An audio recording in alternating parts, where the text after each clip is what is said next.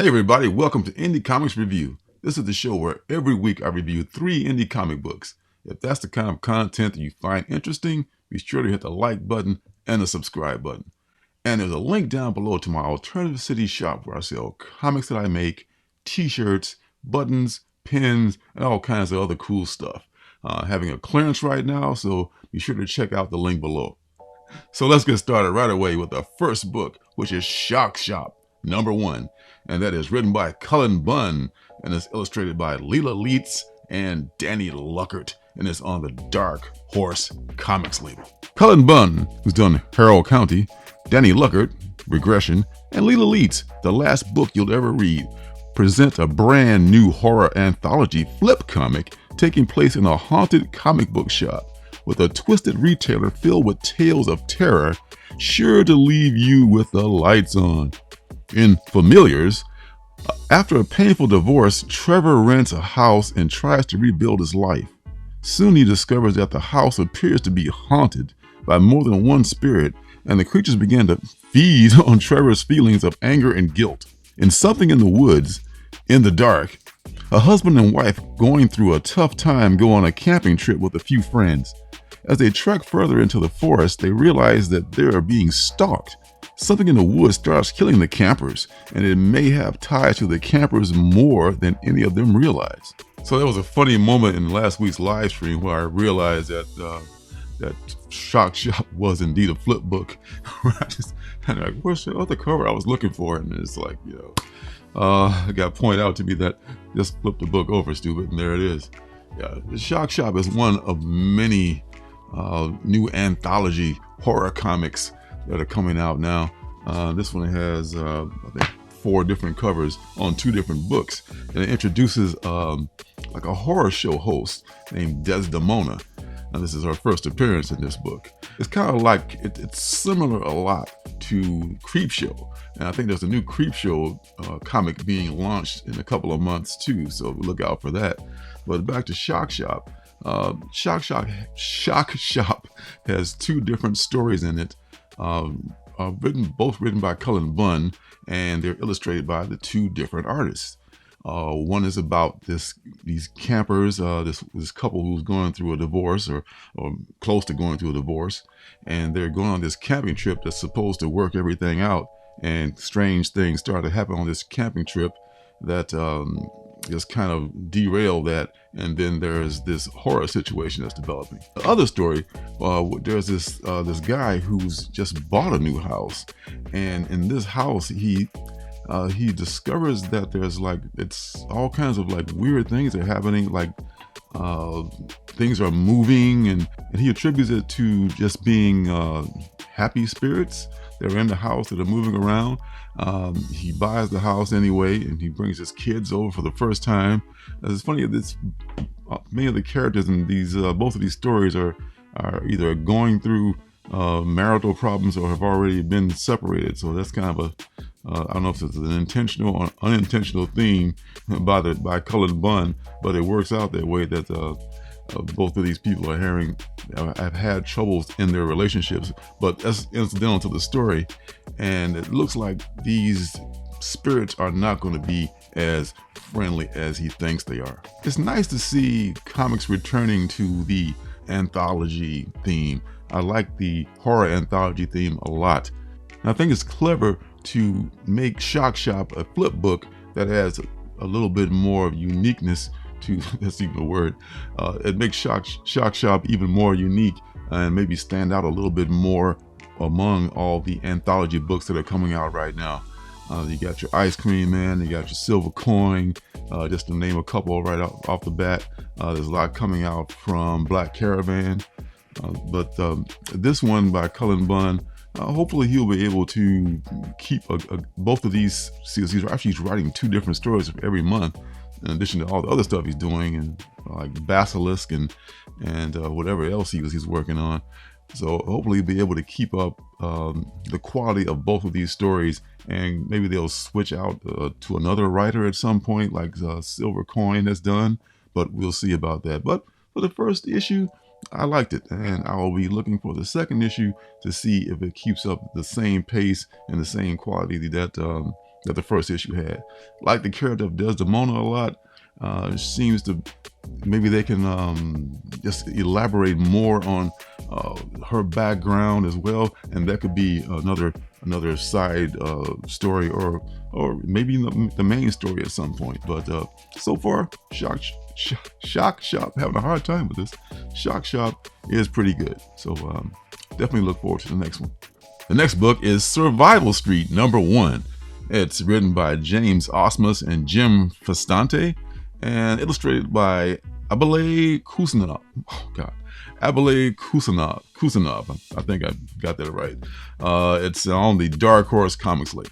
Survival Street is an unrepentant action satire tearing through a dystopia packed with economic and humanistic cautionary tales. After an unbridled wave of corporations take over America, the country is left completely deregulated and effectively carved up into feudal states where billionaires and businesses make their own laws. Among the wreckage, mass privatization shuts down public broadcasting, forcing all the beloved edutainers out on the down and dirty streets. One group of them stick together, determined to keep helping kids across the country and do it by becoming an A-Team-esque band of mercenaries fighting for and educating kids in the crumbling corporate war zone of New Best America. Funny story about Survival Street #1. I know I bought it weeks ago, and it's like a message telling me that I'm buying too many comic books. It just got lost amongst all my comics. Can't find it. Still don't know where it is. So this last weekend, I was in the shop and I found a copy of the dollar bin. So I gobbled it right up so I have a chance to read this one. And whenever I come across that other one, whatever. But glad I found it finally. Finally got a chance to read it. And man, a lot of... It's one of those polarizing books. I love it. A lot of people love it, and a few people hate it. So I think the few people that hate it, I think it hits a little bit too close to home for them. That's just my opinion. It's really, some people say it's political, but you know what? Here's the thing. Everything is political, okay? Starting with the government in Washington that runs your life, right down to your job. You think that guy that kisses ass in the office is not being political? The place where you work, the store where you work, wherever the hell it is you work, there's politics. Everything's about politics. Everyone's being lobbied. Everyone's being cajoled to do what somebody else wants. So don't give me that, don't make it political, because everything is political. Okay, anyway, that aside, this obviously takes no shame in picking a side here. It's probably too leftist for a lot of people, but it's kind of like they're just picking from the headlines and just going with some of the low-hanging fruit and just adding on to that and having the vision to say, like, if this keeps on going, this is what's going to happen. And this is an exaggeration of all of that, because you obviously that's not going to be life-size talking puppets who are acting as a guerrilla faction trying to take over or to just fight the corporations. But they represent a real part of humanity today. So these Sesame Street style characters and this story, as America has deteriorated into just corporate rule, which is actually, we can see happening before us today, it becomes completely unregulated. Everything is privatized. There's advertising everywhere, and this ragtag band of unabashedly total Sesame Street knockoffs are just coming, are just doing terroristic things and fighting the system. There are lots of thinly veiled people in here who represent real individuals. There's obviously a Donald Trump Jr. character who's the son of the president, who's just this complete self-centered oaf. There's this puppet character named Irma, who's on Fox, FAWKES News, who's obviously like a turncoat to all the puppets, and she's just like almost like a Candace Owens kind of a character. She turns on her own kind, and she spews out propaganda and plays this role of this pundit on TV. And then there's obviously the easy jabs at Florida, which are just speak for themselves. In the back of the book, the author James Osmus, one of the authors, talks about how they wanted to just push the absurdity of it all and hope that they would stay just one step ahead of actual news that are happening in the world, and it kept getting escalated more and more every time they have another draft of this book. So they have to just keep making it more and more absurd, but reality keeps catching up with it.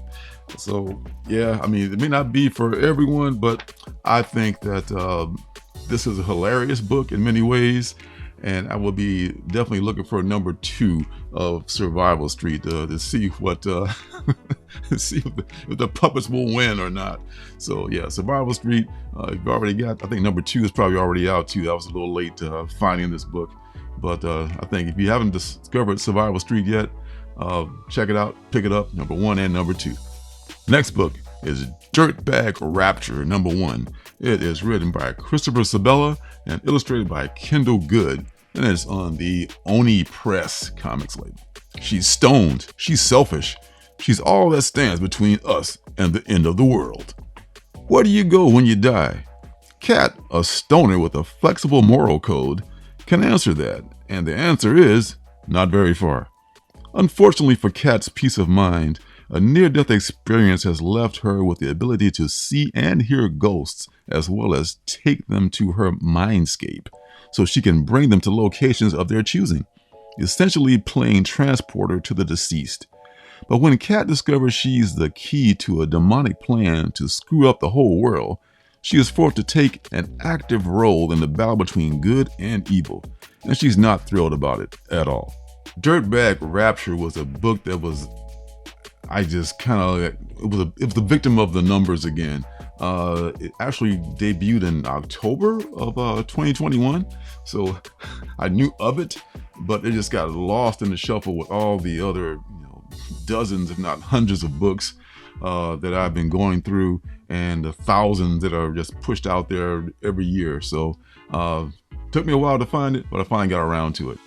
And it's a pretty interesting concept as far as this afterlife thing goes. Kat is just this, like I said, she's a stoner. She's not likable in many ways, but she's had this experience where she had a near-death experience, and it left her with this ability to see and converse with the dead. This concept is not new. It's interesting because this is, I can tell the writer Sabella himself questions, he's not really a believer in the supernatural, and he's taken this interesting approach to the supernatural. In his world, people die, they are tethered to the area where they die. They can only go so far from their place of death. And Kat just sees these people just wandering around everywhere. Because people have died everywhere. You just can't see them. And just, they just say, oh, well, I wish I could, leave this place, but, boom. And then once they are taken to that place, and the people that are actually, another part of this that's not really dwelled on, this book is very wordy. It is necessary to build the concept of this story, and also to kind of give you more background into Kat and her character. So there are people who have passed on who aren't ghosts, and in this reality, they just go nowhere. They just gone. They cease to exist. There is no heaven. There's no hell. There's no nothing. So they're just poof, gone. But some people just get stuck, and I guess they want to be haunting some places. They want to, some person wanted to go to I guess the place where they were born. They want to be returned to their hometown. So she brought this person back to the Midwest. I want to be here around my family forever. You could dissect that and say, why would you forever want to haunt this place? But that's debatable. But just the character of Kat and her job and this concept is something that makes the first issue interesting, or at least a different take on the whole supernatural hereafter ghost thing. My personal view of the supernatural and the hereafter and ghosts and things like that is different than this author's, but I'm willing to suspend my belief and enter his world and see what he does with it, just for the literary sake of the whole thing. So that said, I disagree with the process. I will stick around for the story to see what he does with it. So it looks like it's going to be developing into another one of those save the world things, which is kind of like what the superhero comics and movies always devolve into at some point. I mean, it could have gone more of a micro route, but it seems to be going more of a big picture route with somehow this stoner prickly person is going to end up having to save the world. So okay, since this is already out, I'll probably pick up the subsequent issues. I think I already have number 2. This is another book that I picked up over the weekend in the dollar bin, so I was able to pick up number 1 and number 2. I'm going to read number 2 and see what I think about that, and then go from there and see if I want to collect the rest of the series. I can probably get it in trade by now if I wanted to, so I can just read number 2 and see if I want to go with that. So all that said, I think Dirtbag Rapture deserves a look if you're open-minded and you enjoy interesting characters and love a good indie story. So yeah, check it out. Normally, I only do 3 comics a week. No, 3 is a magic number. But I recently took, in fact, a few days ago, that's why I didn't do a review last week. I took a day and drove to Portland and met with some of the comic fam there, and they took me to some of the comic shops in Portland. And among those shops was a place called Floating World. And Floating World had this book called Santo Sisters. And I was able to pick up a copy of Santo Sisters number 1 and number 2. And this is written by Mark Kopernikov, and it's illustrated and written, I think, also by some people that go by Greg and Fake. And it's on the American Nature imprint comics label, but I think it is somehow affiliated with Floating World, the store, because it has Floating World on the interior, and I think Floating World is a really cool comic shop in Portland that has a lot of great indie books in it. And I think this book this is definitely one that they feature, but I think I have to double check, and I've been trying to find some link between the imprint American Nature and Floating World. But anyway, it doesn't matter. This book is pretty cool. In the description it says, one day while combing the beach, the Santo sisters discovered a pair of beautiful medallions. What happened next changed their lives forever.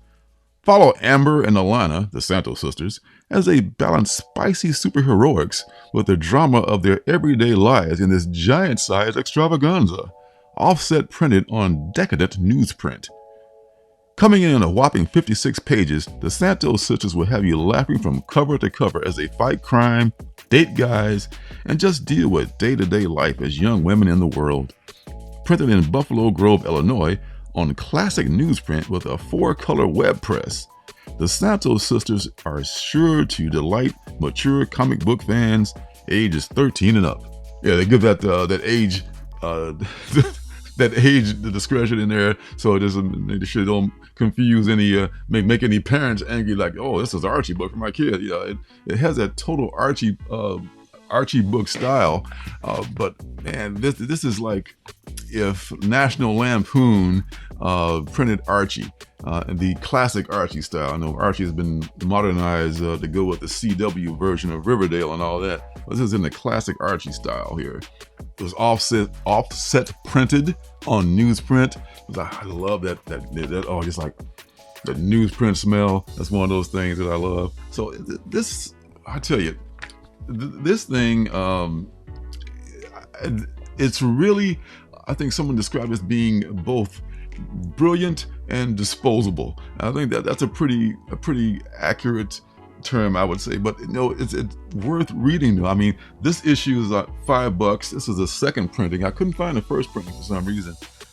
Issue number 2 is actually $4.20, so it's a little bit less. It's a smaller, maybe normal sized book.